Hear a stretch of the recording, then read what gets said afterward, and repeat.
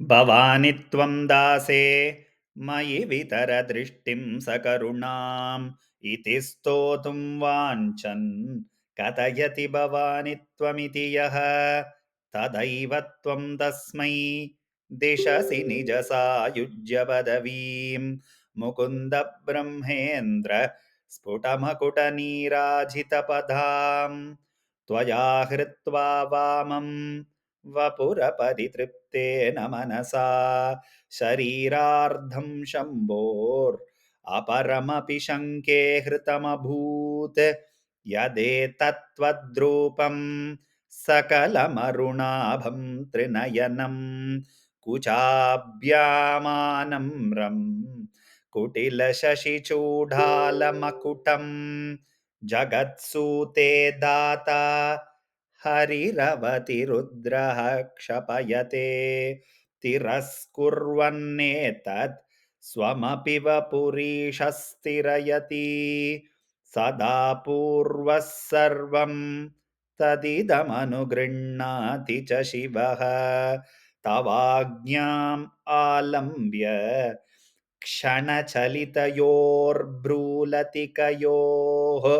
त्रयाणां देवानां त्रिगुणजनितानां तव शिवे भवेत् पूजा पूजा तव चरणयोर्या विरचिता तथा हि त्वत्पादोद्वहनमणिपीठस्य निकटे स्थिता ह्येते शश्वन् मुकुलितकरोतं समकुटाः विरिञ्चिः पञ्चत्वं व्रजति हरिराप्नोति विरतिं विनाशं कीनाशो भजति धनदो याति निधनं वितन्द्री माहेन्द्री विततिरपि सम्मीलितदृशा महासंहारेऽस्मिन् विहरति सति त्वत्पतिरसौ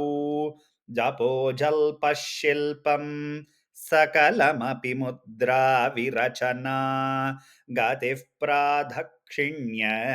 क्रमणमशनाद्याहुतिविधिः प्रणामः संवेशः सुखमखिलमात्मार्पणदृशा सपर्यापर्या यस्तव भवतु यन्मे विलसितं सुधामप्यास्वाद्य प्रतिभजरा मृत्युहरिणीं विपद्यन्ते विश्वे विदिशतमखाद्यादिविशदः कराळं यत्क्ष्वेळं कबलितवतः कालकलना न शम्भोस्तन्मूलं तव जननिताटङ्कमहिमा किरीटं वैरिञ्चं परिहरपुरः कैटबभिदः कटोरे कोटीरे स्खलसि जहि जम्भारिमकुटं प्रणम्रेष्वेतेषु प्रसभमुपयातस्य भवनं भवस्याभ्युत्थाने तव परिजनोक्तिर्विजयते स्वदेहोद्भूताभिः गृणिभिरणिमाद्याभिरभितो निषेव्ये नित्ये त्वाम् अहमिति सदा भावयति यः किमाश्चर्यं तस्य त्रिनयनसमृद्धिं त्रिनयतो महासंवर्ताग्निर्विरचयति नीराजनविधिम् चतुष्षष्ट्या तन्त्रैः सकलमतिसन्धाय भुवनं स्थितस्तत्तत्सिद्धि प्रसवपरतन्त्रैः पशुपतिः पुनस्त्वन्निर्बन्धात् अखिलपुरुषार्थैकघटना स्वतन्त्रं ते तन्त्रम् क्षितितलमवातीतरदिधं शिवः शक्तिः काम क्षितिरतिरविशीतकिरणः स्मरोऽहं सशक्रस्तदनु च परामारहरयः अमीहृल्लेखाभिस्तिसृभिरवसानेषु घटिताः भजन्ते वर्णास्ते तव जननि नामावयवताम् स्मरं योनिं लक्ष्मीं त्रितयमिदमादौ तव मनोः निदायैके नित्ये निरवधि महाभोगरसिकाः भजन्ति त्वां चिन्तामणिगुणनिबद्धाक्षवलयाः शिवाग्नौ झुक्वन्तः सुरभिघृतदाराहुतिशतैः शरीरं त्वं शम्भो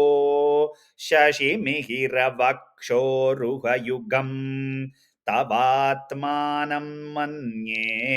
भगवति नवात्मानमनघम् अतः शेषशेषी इत्ययमुभयसाधारणतया स्थितः सम्बन्धो वां समरसपरानन्दपरयोः मनस्त्वं व्योमत्वं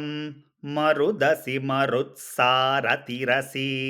त्वमापस्त्वं भूमिस्त्वयि परिणतायां न हि परं त्वमेव स्वात्मानं परिणमयितुं विश्ववपुषा चिदानन्दाकारं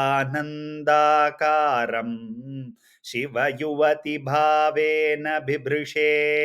तवाज्ञाचक्रस्तं तपनशशिकोटिद्युतिधरं परं शम्भुं वन्दे परिमिलितपार्श्वं परचिता यमाराध्यं भक्त्या रविशशिशुचीनामभिषये निरालोके लोके निवसति हि भालोकभुवने विशुद्धौ ते शुद्धस्फटिकविशदं व्योमजनकं शिवं सेवे देवीम् अपि शिवसमानव्यवसितां ययोः कान्त्यायान्त्या शशिकिरणसारूप्यसरणेः विधूतान्तर्द्वान्ता विलसति चकोरीव जगति समुन्मीलत्संवित् कमलमकरन्दैकरसिकं भजेऽहं सद्वन्द्वं किमपि महतां मानसचरं यथालापात् अष्टादशगुणितविद्यापरिणतिः यदा धत्ते दोषात् गुणमखिलमद्यः पय इव तव स्वाधिष्ठाने हुतवहमधिष्ठाय निरतं तमीडे संवर्तं जननि महतीं तां च समयां यदा लोके लोकान् दहति महति क्रोधकलिते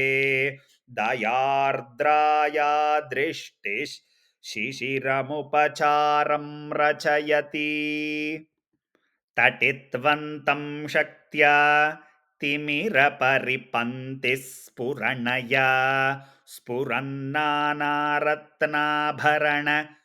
परिणधेन्द्रधनुषं तव श्यामं मेघं कमपि मणिपूरैकशरणं निषेवे वर्षन्तं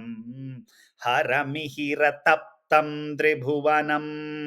तवाधारे मूले सहसमययालास्य परया नवात्मानं मन्ये नवरसमहाताण्डवनटम् उभाभ्यामेताभ्याम् उदयविधिमुद्दिश्य धयया सनाथाभ्यां जज्ञे जनकजननी मज्जगदिदम्